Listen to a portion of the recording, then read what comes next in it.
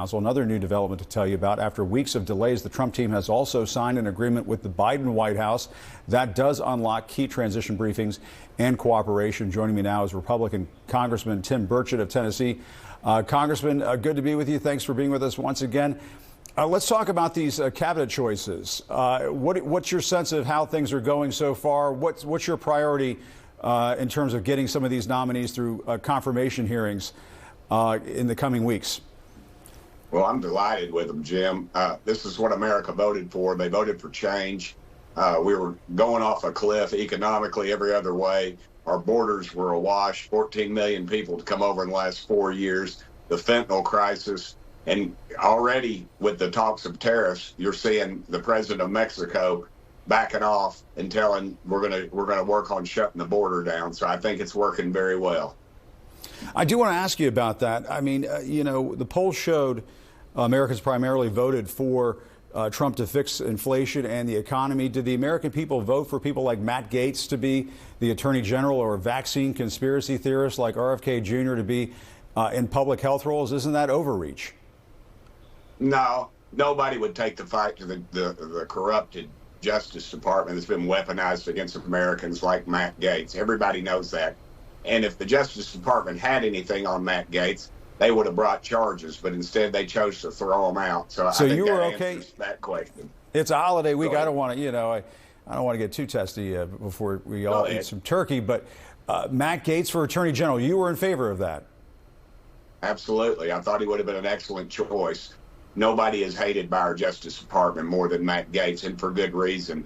He understands that it's not just the head person there. It's the second, third tier level people. These are the people that weaponized against Americans that were, if a mom and dad went to a school board meeting, they were labeled as domestic terrorists by our current Justice Department. Congressman, come on. The Justice Department. That was documented, Jim. Look, Jim, that was documented. You all made your case for Kamala Harris, and America did not buy it. America firmly, overwhelmingly endorsed Donald Trump in these changes that he's going to make. Matt Gaetz didn't make the cut, unfortunately, and we have an excellent lady in that's going to be in that position. So once again, I think Trump won, and Matt Gaetz is probably going to go off and make millions of dollars. All right, let's talk about tariffs. Trump has proposed a 25% tariff on all products coming from Canada and Mexico. He's framed it as a consequence for drugs and migrants coming across the border. I do want to mention this to you. Mexico, who you mentioned, has been working with the Biden administration to crack down on the border in recent months. Last month, Customs and Border Patrol arrested about 56,000 people along the southern border. That is almost 15,000 less or fewer than October of 2020, when Trump was finishing his first term. As you know, Congressman, arrests on the southern border are down. Is this really the best way to get cooperation at the border, slapping tariffs on products coming in from these countries? Absolutely. President Trump is a businessman. He understands. Look, Jim, only thing I can really compare it to, when I was in the state Senate back in Tennessee, or in the state House, I raised the speed limit. I asked for 85 and I took 70. I'd actually brought Peyton Manning to the House floor the week prior. I probably could have gotten 100 miles an hour and passed communism the next week, if you know how popular Peyton is. But the reality was, he asked for a lot. You know what you can live with, and that is the art of the deal. That is negotiating with a businessman, and that's something that this country needs. We need somebody negotiating. Yeah, but there's already talk of retaliatory measures coming from countries like Mexico if Trump moves ahead with these tariffs. As you know, that could cause prices to spike in a variety of areas of the economy. It happened the last time around when Trump was in office. There were tariffs that caused prices to spike in this country. Are Republicans willing to take responsibility if inflation makes a comeback? Will you own this if inflation makes a comeback because there's a trade war in this country and around the world? Absolutely, because tariffs, what would happen if tariffs, if we were to get Trump's complete plan? Somebody making $100,000 would take home $100,000. The IRS would have to go out and get a real job somewhere, and our economy would flourish because jobs would be created in this country.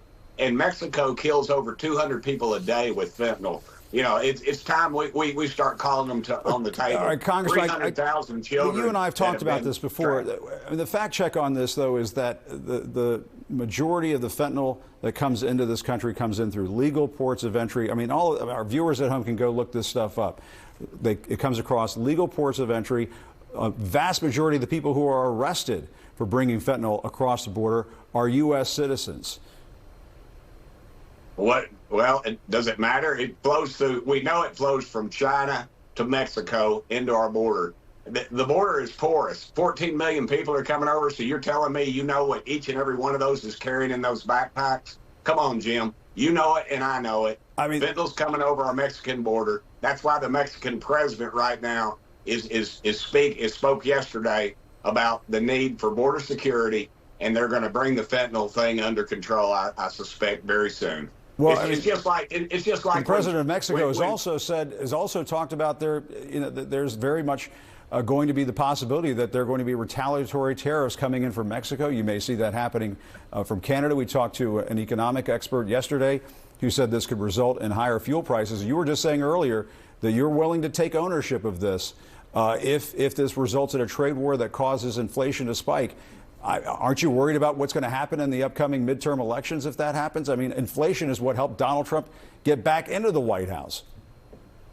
That will be very short term, Jim. You know that as good as well as I do. We will start producing it in this country. We will start drilling in this country, and then it will have economic impact that will be unbelievable. Because that's why the Teamsters and the rest of these unions either went neutral on this election or supported Trump, because they realized we can put it on these foreign entities, and then we'll start doing it in this country, and Americans will be back to work. I think that's a great plan. I think we should all embrace it. We have you on the record as you're in favor of a trade war. If it comes down to it, if it saves American lives, 200 Americans a day, Jim. We've lost more people to fentanyl than we did the Vietnam War, and Washington's allowed it. 14 million people, 300,000 children sold into who knows and what horrible hell they're enduring right now. That's on me and you. That's on this White House. Trump's going to clean it up. You know it. I know it. The American people know it. That's why he won this election. Yeah, right. But I was just saying the data does show, again, the vast majority of the fentanyl that comes into this country comes through legal ports of entry. That is something you could look up. And it comes via U.S. citizens. U.S. citizens bring it across. So you're just saying you don't believe that data?